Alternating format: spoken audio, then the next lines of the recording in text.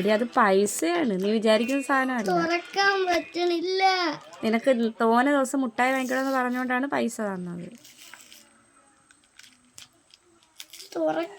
തുറക്ക.